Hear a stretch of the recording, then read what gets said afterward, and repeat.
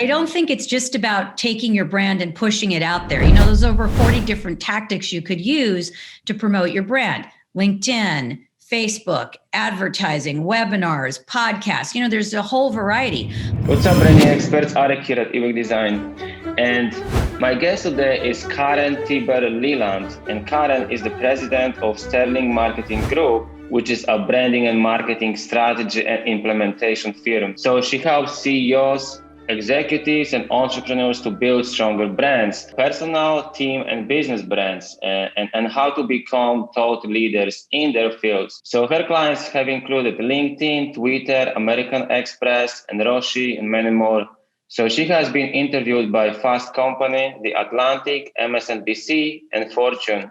And Karen is also the author of the book Brand Mapping Process, actually Brand Mapping Strategy. And this is the book right here. And this is the book we are going to talk about today. Hello, Karen. Thanks so much for coming on the show. My pleasure. Thanks for having me. Thank you. So first of all, I wanted to start by saying that your book is very practical. I really enjoy, various insights, and you give us specific tips, and you present us with your tools and techniques. So whether it is for CEOs and executives who want to build or refine their personal brand or business brand, because those things go together, right? Or for creatives or consultants like myself who just want to learn how professionals do it. So this book, I would really recommend you guys to check it out. It provides actionable techniques, as I said, for defining, building, and designing stronger brands. So with that, and just for the record, this book is quite different in the sense that you talk quite a lot about personal branding, right? And how it works with business branding as well, how those things work together. So in the introduction, you talk about your own story and how those hard times force you to rebrand and refine your brand and reinvent your life and reshape your business, right? So, and I think that despite the fact that you wrote this book a couple years ago, I think now it's actually very, very relevant, during this pandemic. We can find ourselves in similar position as you were, those couple years ago, where we are often forced to rethink our, personal brand and how we present ourselves out there on the internet. So in order to, grow and thrive and survive and prosper in those times. So can you just walk us through how it all started for you? And perhaps we can talk about some of the benefits using your approach and focusing on building personal brand together with your business brand. Now we are going to take a quick break here, but we'll be right back. Listen, my mission is to help people build and design iconic brands. So whether you're a business leader who wants to be more intentional with branding and all of its aspects, or you are a creative professional who wants to attract powerful clients and truly be able to help them with branding, then you need to start with a discovery session in order to develop a strategy that will inform all of your creative work. And everything that you need to learn how to do that, you can find in my online courses at ebaqdesign.com/shop, where I share with you my worksheets, case studies, video tutorials, and other additional resources to help you feel safe and strong about your process. And now let's get back to our interview. Well, I started out as a management consultant, and I ran a management consulting firm that focused on executive development all over the world with Fortune 500 companies. And one of the things I consistently found is that leaders, executives that had teams that were high performing, great customer service skills, great employee engagement skills, were leaders that had really positive personal brands. So I think often when we talk about a personal brand, we think of it as something that's selfish, right? That's just for us and our own, how we seem in the world. But my experience is that a personal brand, if it's strong as a leader, whether you're the leader of a small business or the leader of a team within a Fortune 500 company, or you're the leader of a growing mid-cap company, having a personal brand is one of the ways that you express your leadership.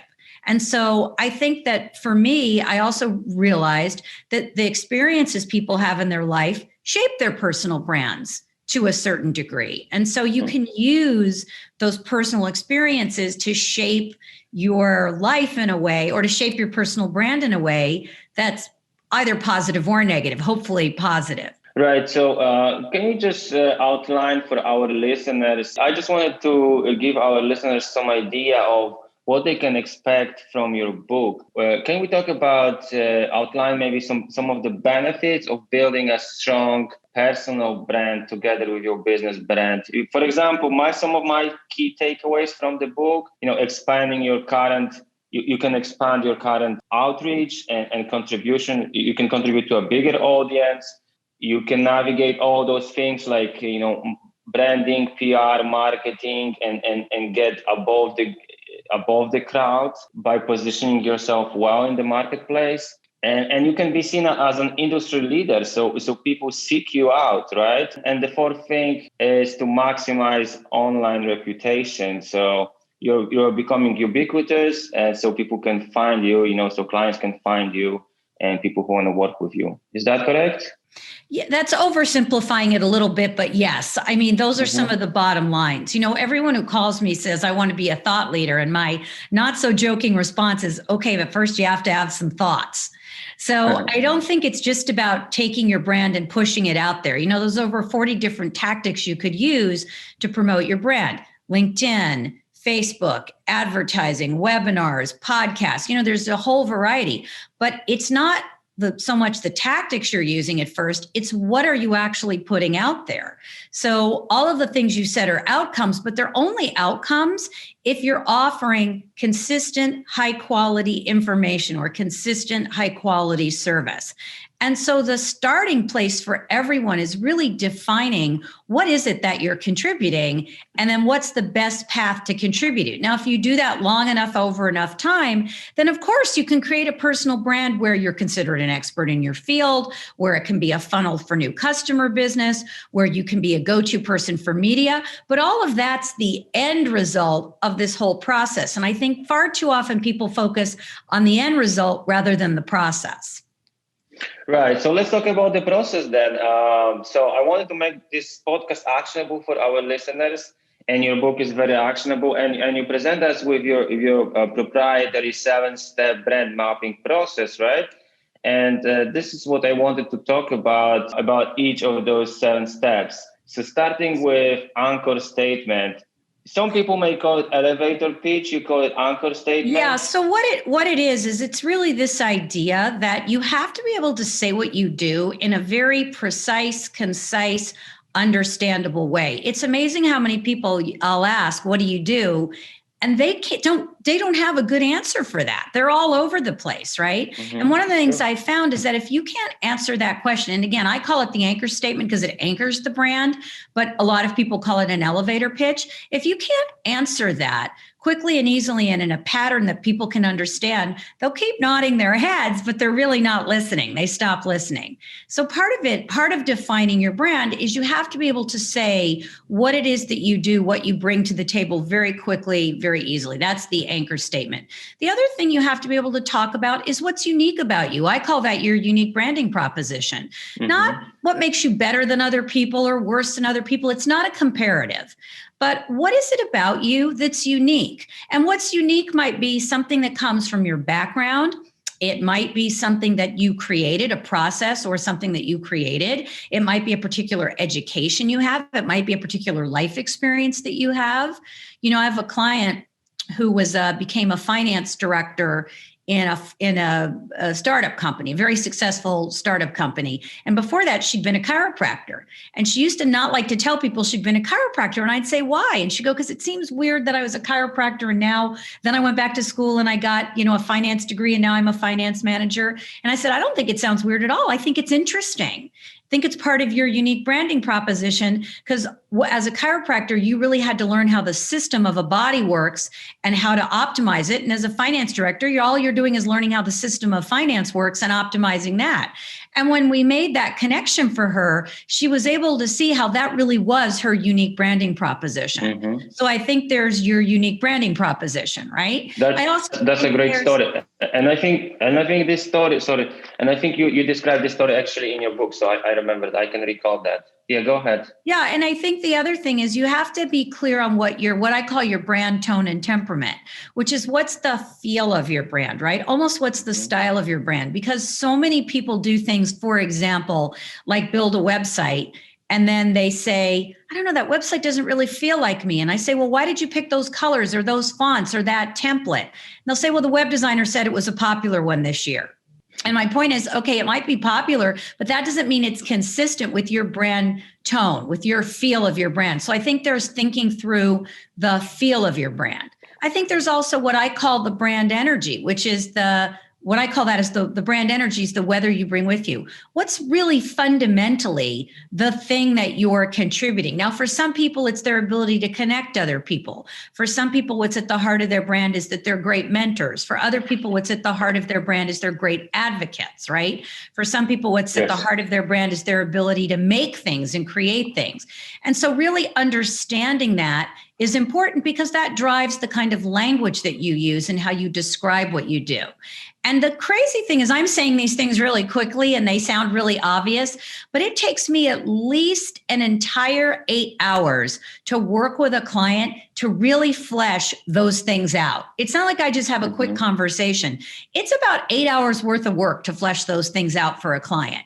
Because what you're really trying to do is get to the deepest explanation and description of the brand as possible. And that's true, by the way, whether it's a business brand or a personal brand. It's no different.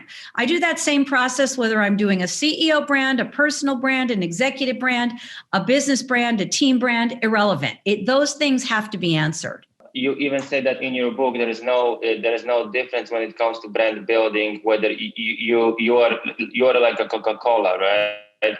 Your brand, we should approach your personal brand in similar way. The process isn't any difference. Obviously, the execution's different because of size and business versus personal, right. But the process is the same. The process is similar, right? So we need to clearly define what you stand for and so on. So you just walked us through the four first steps. So just to sum up for our listeners, so the first step would be always the anchor statement. You call it anchor statement, but some people call it elevator pitch, but same thing. It's the same thing at the essence.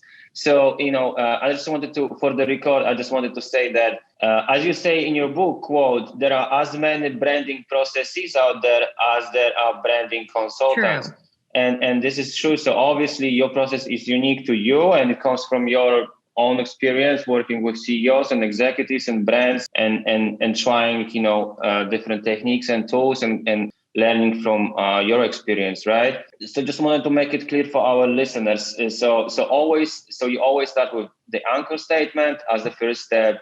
What's the brand, which is basically brand's bottom line, right? So as you said, we need to clearly be able to explain what we do. So actually it answers the question when people ask you, so what do you do? And it cannot be something generic, as you said, that people just, gonna nod and either they don't understand or it's too vague for them to kind of embrace what you do or understand how you help others and so on. So, and in your book, you really dive deep into how, and you walk us through, which I find really useful.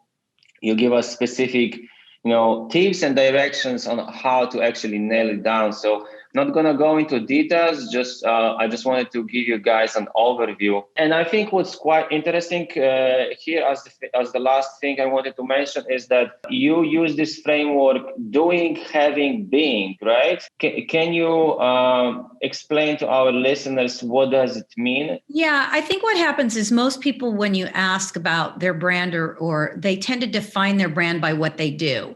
I'm a doctor, I'm a lawyer, I'm a marketing strategist, I'm a teacher. And again, it's important to have those identifiers, but most people orient their brand around what they do. And what I say is that there's another two parts of your brand, which is the way you're being, which is the way that you're doing what you're doing. As much part of what you do is how you are with people. That's just as the way you're being with people is just as much a part of your brand and your brand reputation.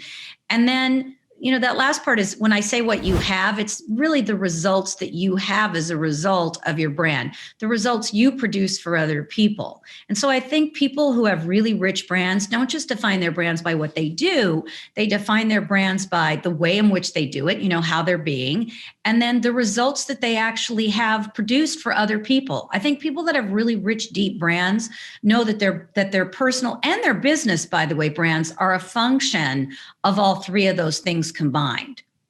Right. So, so just to sum up, our preferably this anchor statement would hit all those three components, right? Correct. Doing, having, and being. So, what you do, describing your service, your processes, your offerings, having. So being, so the contribution, your character, the qualities, and having, which is the result, the outcome, or the impact. I don't know that your anchor statement does all that, but in the total definition of your brand and how you understand yourself, you have to have clarity about all three of those. Right. So you use it, yes. Because otherwise it would be a very long anchor statement. Yes, and it should be short, but you mentioned that framework throughout the process. So when it comes to your process, we should is going to help us clarify our message, right? So then you walked us through the second step, which is unique branding proposition. People will talk a lot about unique selling proposition and stuff like that. This is more about positioning and answer the question, why you? Right. So here we can talk about specialized background, our education, trainings, experience, proprietary processes. For example, the framework that you have, right? That's your proprietary process that you created to use it with your clients, right? So that's your unique branding proposition. So do you think you can give us some examples of this second step is all about? The unique branding proposition? Yes. Well, like the chiropractor was one example, right? That's what made her unique. I can just tell you for myself, I've been a reporter, I've been an actor, I've written 10 books, I've been a keynote speaker. I've been a magazine writer. So I've like part of my unique branding proposition is I really understand media from both sides of the desk, right? I'm a podcaster. So I understand it as the person being interviewed and I understand it as the person interviewing. And I come from a management consulting background. Most people who do what I do come from marketing, communications, or PR, which is wonderful, by the way. But part of my unique branding proposition is I really understand the way businesses function because I came from very hardcore management consulting. Plus, I have all those other things. That's just what makes me unique. Now, does that make me better than anybody else? Not particularly. Does it make me worse? Not particularly. But it makes me right for the people where that unique branding proposition is the right thing.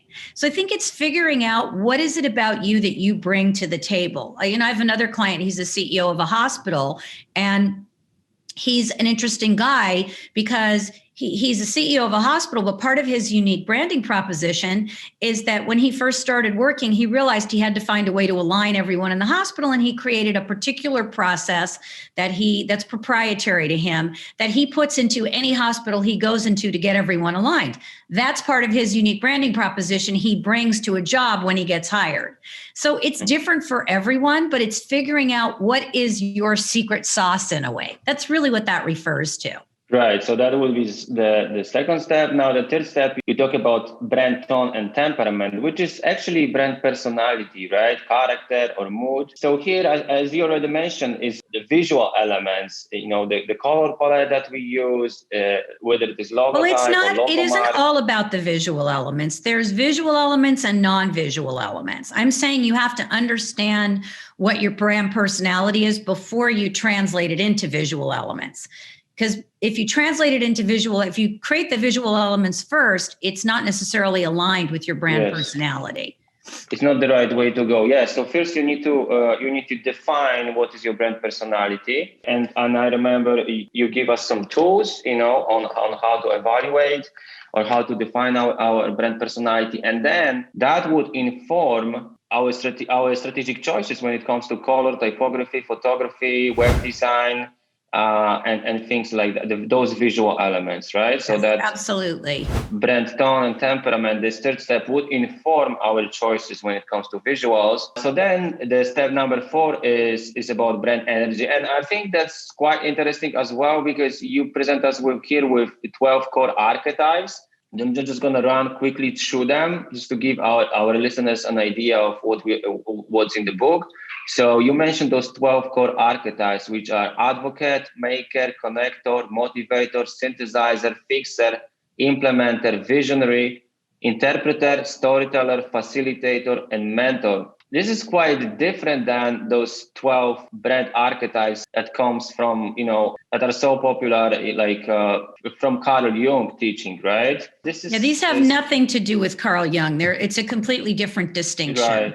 Right. Is it something, can you just give us where does this come from? Yes, I created it out of observing it after 25 years of working with people. So this is okay. So this is totally yours, right? You created that, yes. Right? Because this is I was just curious because when I was reading the book, I was like, hey, I haven't seen that before. This is the first time I'm seeing it's mine. That's my model that I created out of observing people for 25 years. Nice. Yeah, I found it very interesting. So I would love to be able to use it. So, okay. So the fifth step is signature story. So here you talk about the importance of storytelling. Yeah, I think what happens is that everyone has an answer to the question, why do you do what you do? How did you get here? And I think for a lot of people, they don't know how to talk about how they ended up where they are. And I think that can be really useful in the brand to be able to tell that story. Now, sometimes the story is really sexy and exciting or dramatic and interesting. And sometimes the story is really simple. But it's being able to explain to people how you got to where you are, and I think that brings a depth to people's brands that isn't always there. And so I try to get people to figure out what's at the heart of what I call their signature story. And sometimes I've had clients where they've just ended up telling a potential client their signature story, and they ended up closing the business just out of that, Sometimes those stories tell a lot about who we are and why we do what we do and our capacity to do what we do. Like for me, part of my signature story is that I started out as an actor. I was an artist. So when I tell people that story, they understand that I have a really good eye for visuals. They understand I have a good sense of what looks good on video because that's what I was doing. That's what I started out as. And so I think I have a friend who's an actor, for example. She's a working actor, but she's also a coach.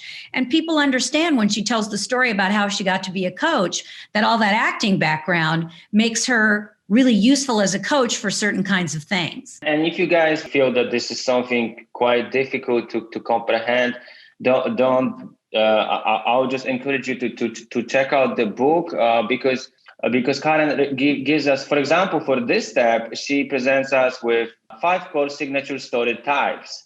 So rags to riches, like Cinderella. And actually, just for every step in the book, I give very specific exercises that people can do. Yeah, the book's very practical in terms of exercises, so people can figure this stuff out for themselves. Yes, exactly. So I just wanted to make it clear because some of the books are just more like of a story, and this is a very practical kind of like a notebook, a workbook, or if you wish. So for this step step number 5, we also have 5 signature story types here. So rags to riches, beat the bed like in Star Wars, there and back again like the Wizard of Oz, eyes on the prize like the Lord of the Rings, or awakening, A Christmas Carol. So these are like different story types. So if you need inspiration, you can go through them and you can use Karen's techniques and tools to help you, get clarity on this step. Okay, so step number 6 would be signature services. On the other hand, here, basically here we are talking about our unique processes, our models, our specific systems that we use that make us different, right?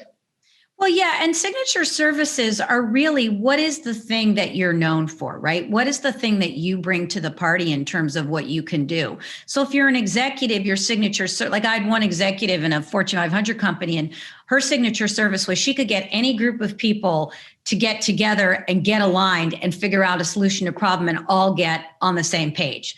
That was her magic, right? That was her signature service.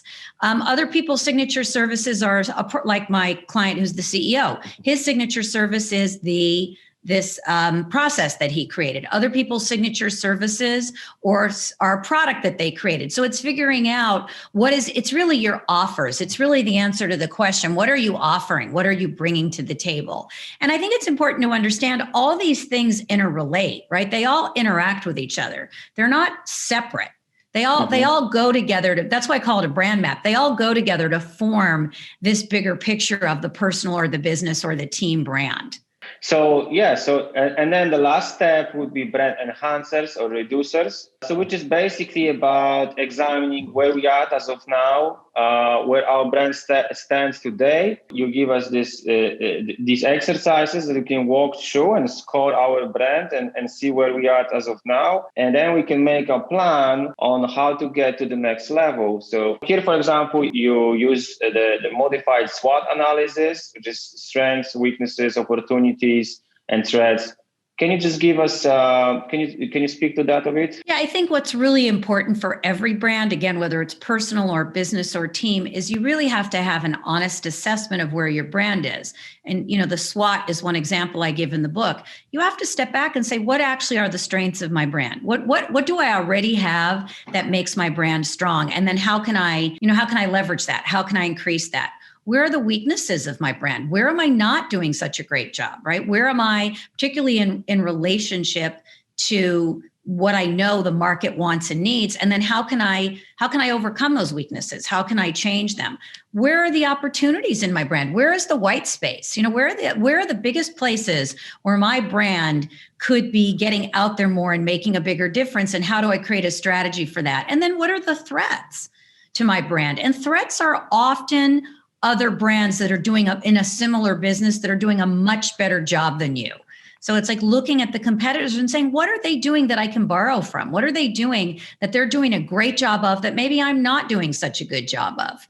And, for me, I saw that a lot of my competitors were doing regular short videos. And I thought, that's a threat. The fact that I'm not doing video is a problem. And so I started a video channel on YouTube, and I do a weekly video that's, 1 to 3 minutes long on my different topics. So it's really stepping back and understanding what is the current state of your brand. And it's an honest look, right? It's not fooling yourself. It's just an honest, straightforward look at your brand and then coming up with a plan to make your brand even stronger, even better, even more competitive. Right. So this last step actually helps us to analyze our competitive landscape and also our brand, right? And see where we are. Absolutely. So we can make a plan and get there faster instead of just trying and failing. We have already analyzed what's out there and where our strengths could be or where our weaknesses are and what are the opportunities. So we can move forward faster and build a stronger brand. Okay, so as we are approaching the end of our interview, of course, I'm going to link to your book in the description below. I so appreciate that. No problem. I just wanted to ask you, just for our listeners who are either your potential clients who want to work with you, right? CEOs, executives, business leaders, or consultants or branding professionals like myself who just want to learn more from you. How can we get in touch with you? So the easiest way is to go to my website, which is KarenLeland.com, Karen Leland, Leland, KarenLeland.com. And everything's on there. The people, as you said, can get the book on Amazon. They can also go to YouTube and look me up and see the videos. I'm pretty easy to find. If you just put Karen Leland or Sterling Marketing Group in Google, pages and pages of things come up. Yes, because this is what you teach. So this is what you do, right? Exactly. So, awesome. Thank you so much for taking the time Thanks for having me on. I really appreciate it. Thank you. So thanks for tuning in, and if you enjoyed this episode of On Branding Podcast, and follow me on social media for more tips on branding, strategy and design. This was Arek Dvornechuck from Ebaqdesign, and I will see you in the next one.